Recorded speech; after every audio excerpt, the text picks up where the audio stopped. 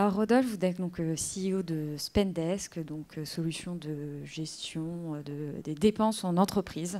Voilà.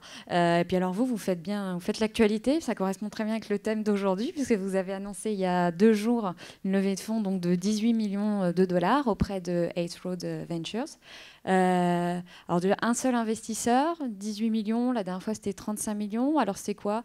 Vous étiez un peu en panique, fallait lever des fonds tout de suite Déjà, bonjour à tous. Bonjour Charlie. Non, pas du tout. En fait, l'an dernier, on a levé notre série B donc avec Index Venture, 35 millions d'euros.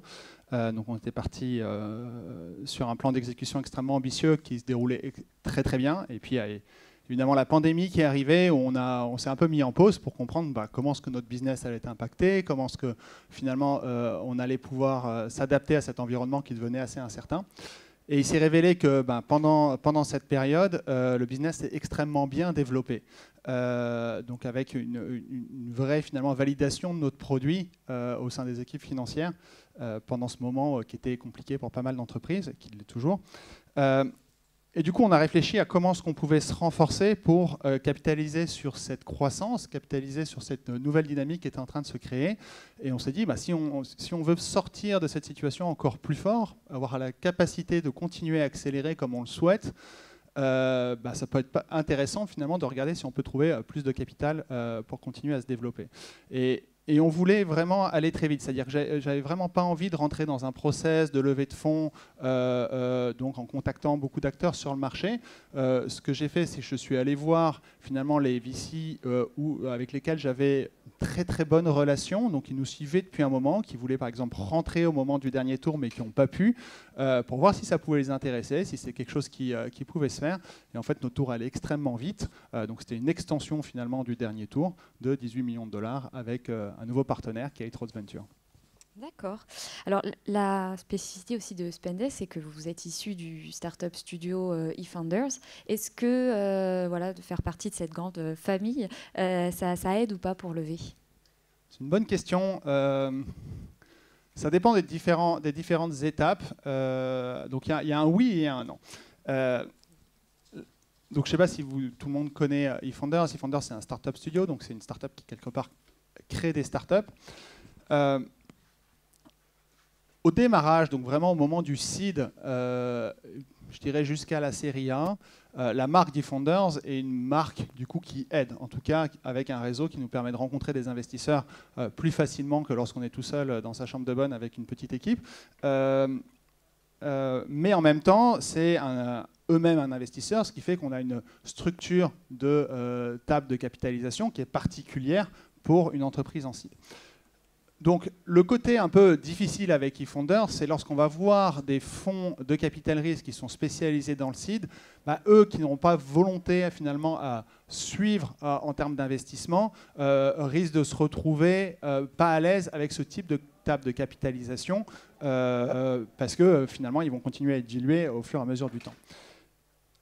Par contre, ce qui nous a beaucoup aidé avec eFounders, c'est que finalement, dans ce premier tour de seed, notre cible n'était pas justement des investisseurs professionnels, mais plutôt des business angels. Et là, ils ont un réseau gigantesque qui nous a permis finalement très rapidement, je crois que ça avait duré 3 semaines, de lever 2 millions d'euros pour pouvoir démarrer. D'accord. Et justement, vos business angels, il me semble que ce sont aussi d'ailleurs vos clients. Alors, c'est eux qui ont soumis l'idée. Comment ça s'est passé ? Ça, je pense que c'est une des meilleures décisions que j'ai pu faire dans l'histoire de Spendesk. En effet, une partie de nos business angels, ce sont nos premiers clients. Ça a été un peu un mix, c'est-à-dire que j'ai eu, dans nos premiers clients, on avait des entrepreneurs, donc des entreprises qui se développaient, qui testaient notre solution et qui m'avaient fait un petit appel du pied en disant, écoute, si tu as besoin à un moment de lever du capital, ça m'intéresserait parce que ton produit est complètement dingue.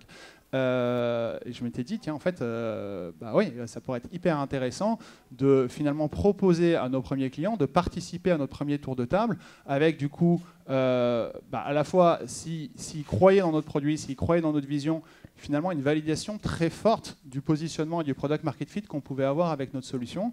Et deuxièmement, avoir des personnes qui connaissaient le métier, qui connaissaient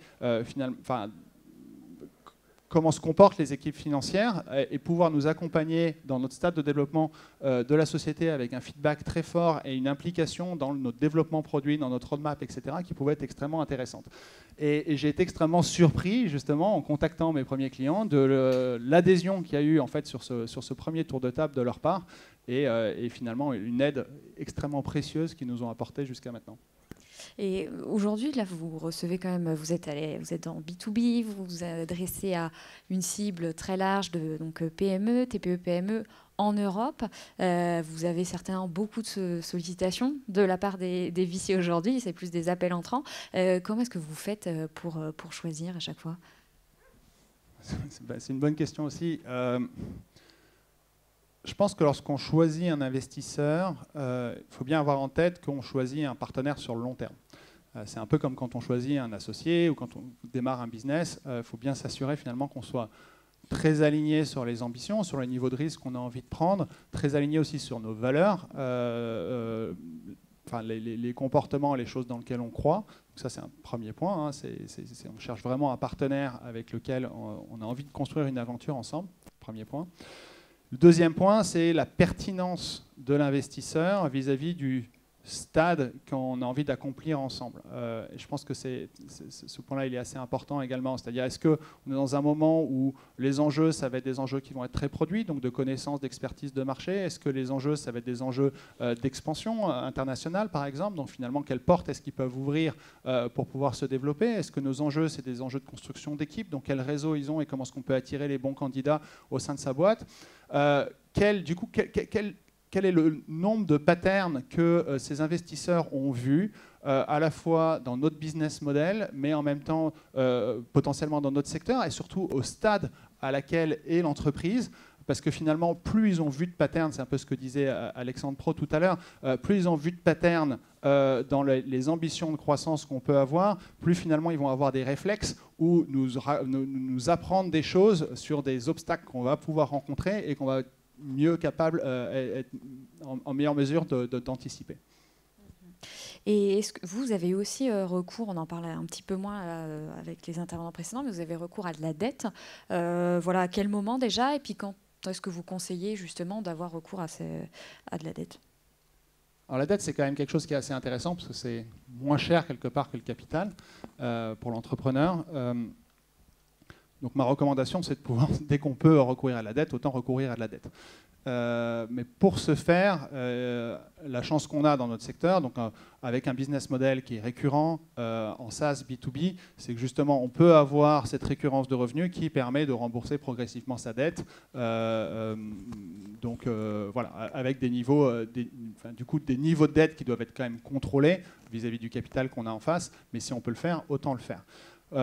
Pour nous, je pense que c'est hyper intéressant parce que ça apporte quand même un effet de levier. Là, si par exemple vous rajoutez 35 millions de capital et puis que vous rajoutez 5 à 7, peut-être 10 millions de dettes derrière, finalement, ça vous permet de vous développer plus que juste avec le capital que vous avez eu, avec un coût qui est moindre. L'enjeu aujourd'hui, typiquement en France, c'est que pour lever cette dette, le marché n'est pas encore très mûr. On sait que les acteurs bancaires traditionnels sont encore assez frileux pour financer l'hypercroissance. C'est ce que disait Pierre-Antoine.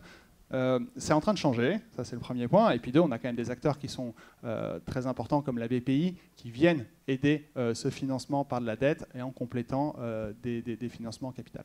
Effectivement, il y a quelques fonds de dette qui commencent à être bien en vue. Et la dernière question, comme tout le monde, choix multiple. Donc dans 5 ans, vous ferez une levée de fonds à 9 chiffres. Vous aurez vendu ou vous serez rentable? Alors, je pense que dans 5 ans, on aura fait une levée de fonds à 9 chiffres. Ça revient à l'ambition finalement que ce qu'on a envie de construire. Nous, notre ambition, c'est de construire ce nouveau standard du paiement au travail. Comment est-ce qu'on amène finalement les équipes opérationnelles à accéder à l'argent de la boîte avec une expérience qui est très proche de celle qu'on peut avoir dans notre vie privée, tout en permettant aux équipes financières finalement d'automatiser tout ce process et de gérer cette complexité. Et on est en train de réinventer vraiment cette nouvelle catégorie, ce nouvel modèle, cette nouvelle manière de fonctionner.